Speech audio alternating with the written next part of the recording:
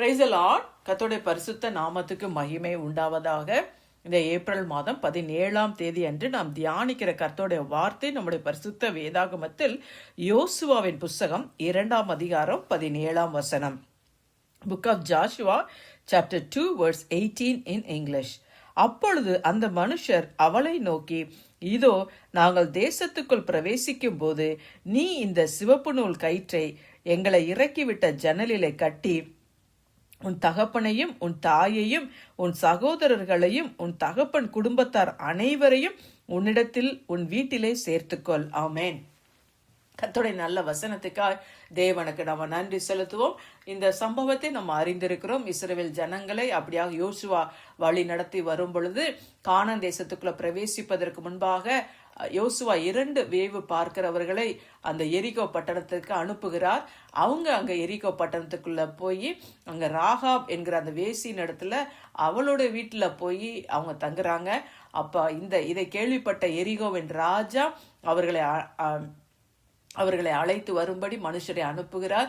ஆனா ராகாப் அவங்கள காட்டி கொடுக்காம அவங்க கிட்ட அவங்கள தேடி வந்தவங்க கிட்ட அவங்க அந்த வேவு பார்க்குறவங்க வந்தது மெய்தான், ஆனா அவங்க போயிட்டாங்க, அவங்க இப்ப இங்க இல்லைன்னு சொல்லி போய் சொல்லி அந்த வேவு பார்க்குற 2 இஸ்ரவேலரை அவ தன்னுடைய வீட்டில மறைத்து அவள் அப்படியாக அவ பாதுகாத்தா. அப்பதான் அவ என்ன சொல்றா அவங்க கிட்ட, உங்களுடைய தேவன் கர்த்தர் தான் வானத்தையும் பூமியை படைத்தவர், கர்த்தர் எல்லா தேசங்களையும் உங்களிடத்துல ஒப்பு கொடுத்தார் என்பதை நாங்கள் கேள்விப்பட்டோம், எங்களை நிச்சயமா உங்களிடத்துல ஒப்பு கொடுப்பாரு. அப்படி கர்த்தர் எங்களை உங்ககிட்ட ஒப்பு கொடுக்கும் பொழுது என்னோட தகப்பன் குடும்பம், என்னோட சகோதர சகோதரிகள் எல்லாரையும் நீங்க உயிரோட நீங்க தப்ப விடணும், எங்களுடைய ஜீவனை காக்கும்படி எனக்கு ஒரு அடையாளத்தை நீங்க காட்டணும், கொடுக்கணும், நான் உங்களுக்கு தயவு செய்தது போல நீங்களும் எனக்கு தயவு செய்ய வேண்டும் என்று சொல்லி அப்படியாக அவங்க கிட்ட அவ சொல்றா.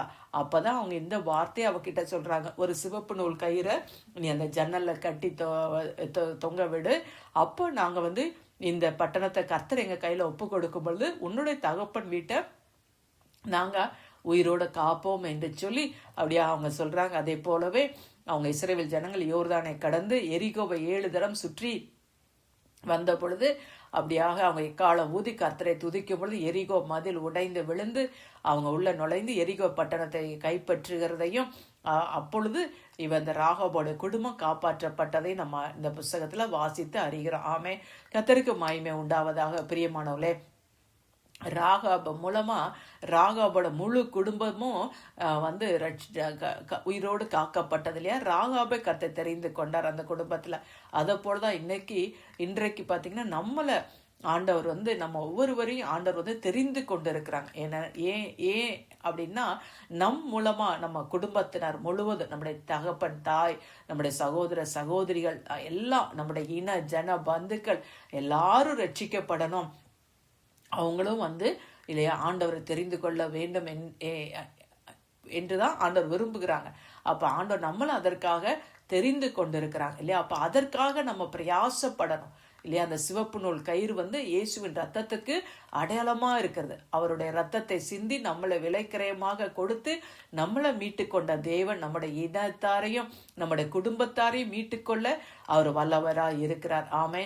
அவர் உலகத்துல எந்த மனுஷனை பிரகாசிப்பிக்கிற மெய்யான ஒளியா இருக்கிறார். ஆகையினால பிரியமானவர்களே, நம்ம சோர்ந்து போகாதபடி தொடர்ந்து இல்லையா நம்முடைய குடும்பத்தினருக்கா, நம்மளோட ரட்சிக்கப்படாத நம்முடைய கணவரா இருக்கலாம், இல்ல மனைவியா இருக்கலாம், நம்முடைய சகோதர சகோதரிகள், நம்ம பிள்ளைகள் எல்லாரையும் ஆண்டவருக்குள்ள கொண்டு இல்லையா அந்த ரத்தத்தால அந்த ஆண்டவர் அவங்க எல்லாம் கழுவப்பட வேண்டும் என்று சொல்லி அப்படியாக நம்ம பிரயாசப்படுவோம். அவங்களுக்கு நம்ம சத்தியத்தை சொல்லவும், அவர்களுக்காக ஜெபிக்கவும், அவர்களை மேல இல்லையா ஆண்டவரை இயேசுவின் ரத்தத்தை வைத்து நம்ம அப்படியாக நம்ம ஜெபம் பண்ணுவோம். கர்த்தர் நிச்சயமா அவருடைய ரத்தம் சகல பாவங்களை நீக்கி சுத்திகரிக்கும்.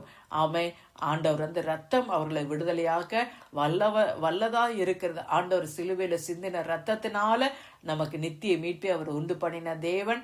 அப்படியாக நம்ம குடும்பத்தினரை ரட்சிக்க அவரால் கூடும். இது மனுஷரால் கூடாததான், ஆனால் தேவனால எல்லாம் கூடும். தேவனால கூடாத காரியம் எதுவுமே இல்லை. ஆமென். ரட்சிக்க கூடாதபடி அவருடைய கரம் குறுகவில்லை, கேட்க கூடாதபடி அவருடைய செவி மந்தமாகவே இல்லை. ஆமென். அல்லேலூயா. தகப்பனே, உம்மை நன்றியோடு நாங்கள் உம்மை துதிக்கிறோம், உம்மை ஸ்தோத்தரிக்கிறாப்பா.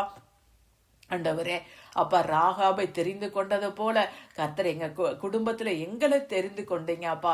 எங்களை பேர் சொல்லி அழைத்தீரே. ஹல்லேலூயா. அப்பா, உமக்கு நாங்க நன்றி செலுத்துகிறோம் அப்பா. ராகாப் தன் தகப்பன் வீட்டார் எல்லாரையும் அப்பா தன்னிடத்துல சேர்த்து கொண்டது போல அப்பா நாங்களும் எங்க குடும்பத்தினர் எல்லாரையும் அப்பா ஆண்டவரே உம்மிடத்துல கொண்டு வரவும், எல்லாரும் ரட்சிக்கப்படவும் அப்பா நாங்க பிரயாசப்பட அப்பா நீங்க எங்களுக்கு உதவி செய்யுங்க ஆண்டவரே. ஹல்லேலூயா. நன்றி நன்றி ஆண்டவரே.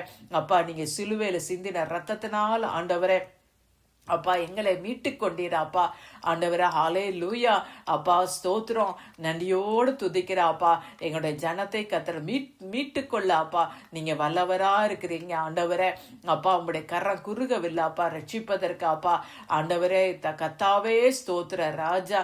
அப்படியா ஆண்டவரே எங்களுடைய அப்பா குடும்பத்தினரை அப்பா நீங்க ரட்சித்து கொள்ளுங்க ஆண்டவரே. கர்த்தாவே ஸ்தோத்திர நன்றி அப்பா. இன்றைய நாள் ரட்சணிய நாள் என்று சொல்லப்பட்டிருக்கிறதா அப்பா ஆண்டவரே. கர்த்தர் நீர் அவளெல்லாம் ரட்சிக்கும்படியா ஜெபிக்கிறோம். எங்களை பலப்படுத்துங்க, எங்களை நீங்க பயன்படுத்துங்க. இந்த நாளை ஆசீர்வதிங்க. மீட்பரும் இரட்சகருமாகிய இயேசுவின் மூலம் ஜெபிக்கிறோம் நல்ல பிதாவே. ஆமேன் ஆமேன்.